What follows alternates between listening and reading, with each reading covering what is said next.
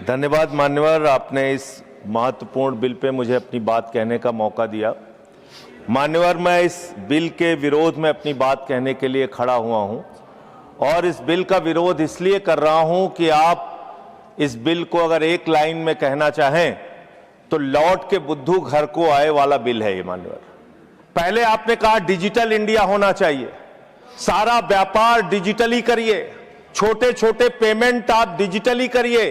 प्रधानमंत्री जी गर्व से कहते हैं वो चाय वाले हैं, लेकिन इस बिल के माध्यम से चाय वाला, सब्जी वाला, समोसे वाला, ठेले वाला, ऑटो वाला, टैक्सी वाला, रिक्शा वाला, सबका व्यापार आप चौपट कर रहे हैं।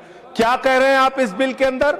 आप इस बिल में कह रहे हैं कि यूपीआई से जब आप पेमेंट करेंगे तो जो व्यापारी होगा, जो व्यापार कर रहा होगा, जिसके खाते में आप पैसा डालेंगे, उसके ऊपर हम टैक्स लगाएंगे। क्यों लगाएंगे आप टैक्स? छोटे छोटे व्यापार, सब्जी वाले पे, चाय वाले पे आप अतिरिक्त भार डालने जा रहे हैं।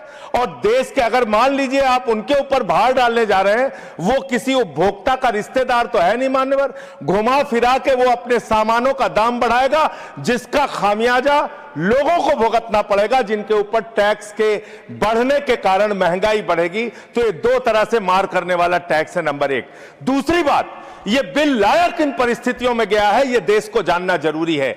31 मार्च 2026 को जो यूनाइटेड स्टेट्स ट्रेड रिप्रेजेंटेटिव्स है, यूएसटीआर, इसने आपत्ति जताई कि हिंदुस्तान में यूपीआई पर जीरो टैक्स की वजह से हम लोग बर्बाद हो रहे हैं।